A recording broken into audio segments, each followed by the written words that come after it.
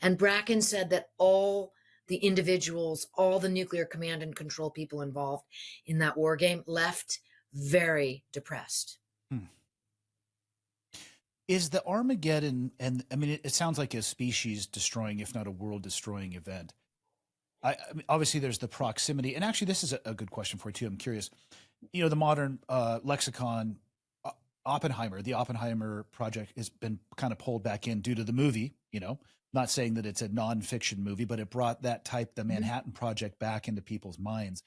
But that was atomic.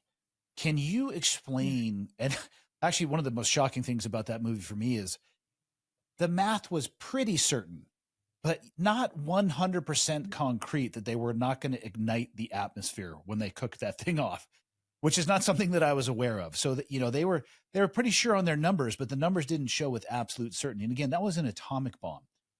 Could you describe the difference between an atomic bomb and a nuclear bomb from just size and scope and scale? So the nuclear weapons would be what we would consider today. The atomic weapons would be what we would maybe call today tactical weapons.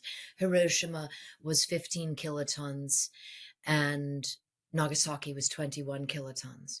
The thermonuclear bombs measure in the megatons, and it's almost impossible for the human mind to understand that scale of magnitude. For the book, I interviewed the man who wrote the architectural plans for the very first thermonuclear bomb ever exploded. We did a weapons test in the Pacific called the Ivy Mike thermonuclear test. It was 10.4 megatons. And the designer's name was Richard Garwin. People often think of Edward Teller as the father of the thermonuclear bomb, Oppenheimer being the father of the atomic bomb.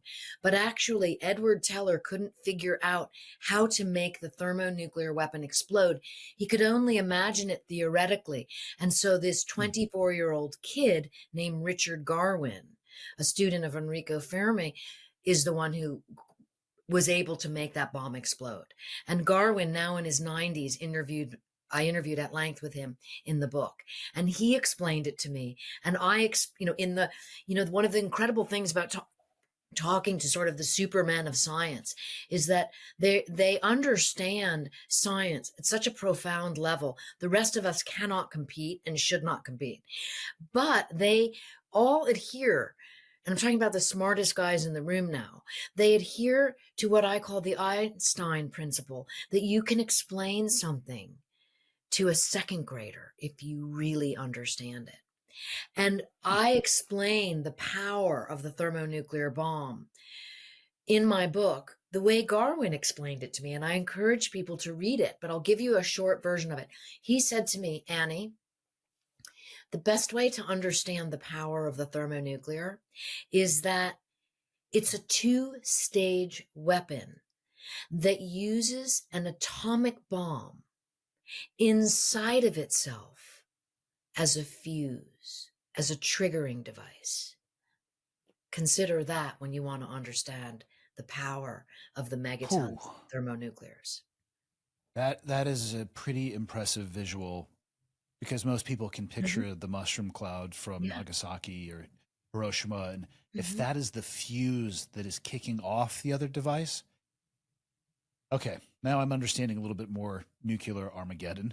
Mhm. So essentially, and this is more of a question, but an assumption on my part, in talking with these individuals that were responsible from these weapons, it is the end of our species if any country or if there were to be an exchange of any kind.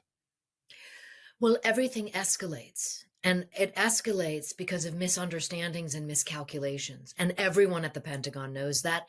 I mean, everyone. And so I demonstrate how that happens in the book.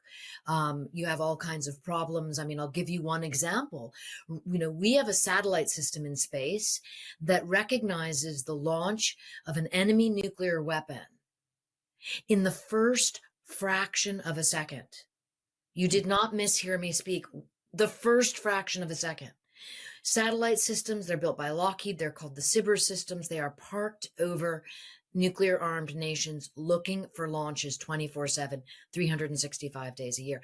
And so nuclear war begins in the first second after launch. Our Defense Department knows that launch happens and is calculating the trajectory. If that launch is going to hit the United States, they know that in under several minutes. Around 150 seconds after launch is when the Defense Department knows that is coming for the continental United States. And that is where nuclear war begins, because the United States has a policy called launch on warning. It's exactly like it sounds.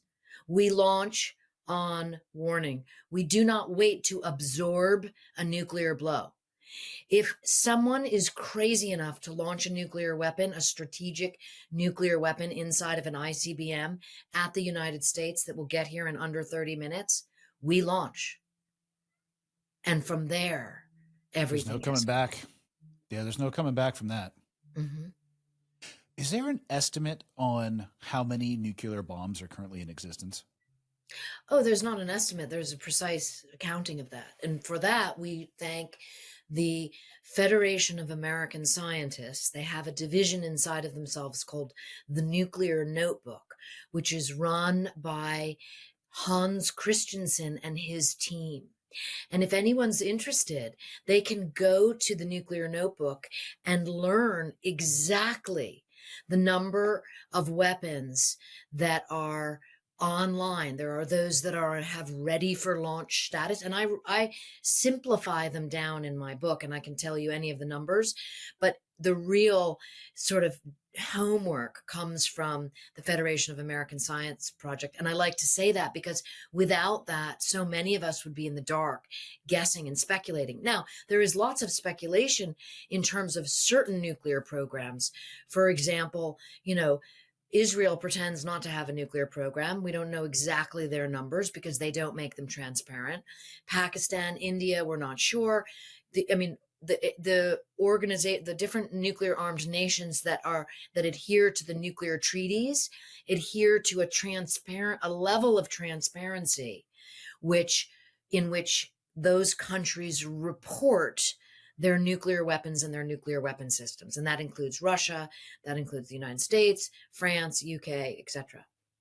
I get a little nerdy on that stuff, but it's important because your question is incredibly valuable. These are not guesstimates. And let me tell you the shocking number just to really upset you, okay, which is that the United States has on ready for launch status 1,770 nuclear weapons.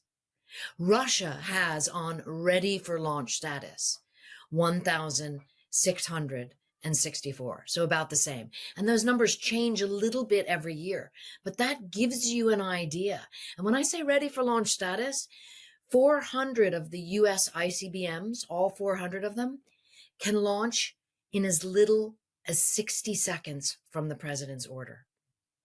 Wow. And now you begin to see why, once it begins, it doesn't stop. Ladies and gentlemen, if you want to get into elite shape, or perhaps just make improvements to your current level of fitness, check out the Mountain Tough digital training program. You can try it for free for 14 days, and you can see the results for yourself.